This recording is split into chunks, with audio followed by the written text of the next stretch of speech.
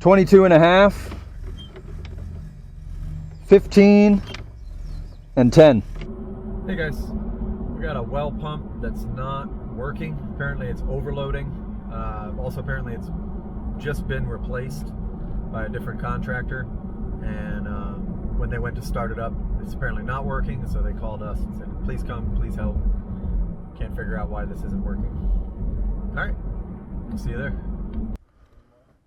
Well, I think she said that was... Okay, bolts are good. Whatever, but actually, because that looks like kind of the picture we had, but yeah, let me see if that's the same one. So just looking. There it goes. So I kind of feel pretty confident that we've ruled out the start relay. I've ruled out the capacitors. I don't believe it's the contactor. I can peek in there real quick. Just take the cover off. It's worth a peek. Let's see.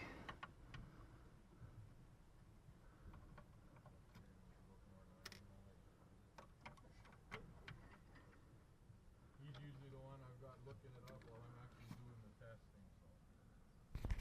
Yeah, contactor's not the cleanest thing in the world.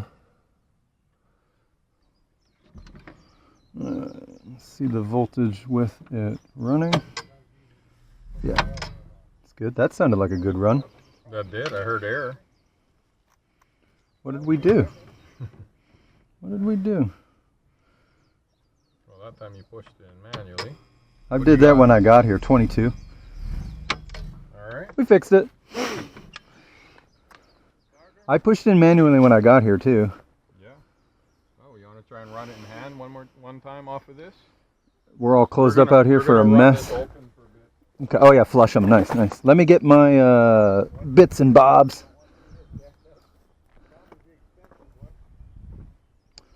Go ahead. Yeah, throw it in hand. There you go. 22 and a half, 15, and 10. Yeah, we'll leave it running.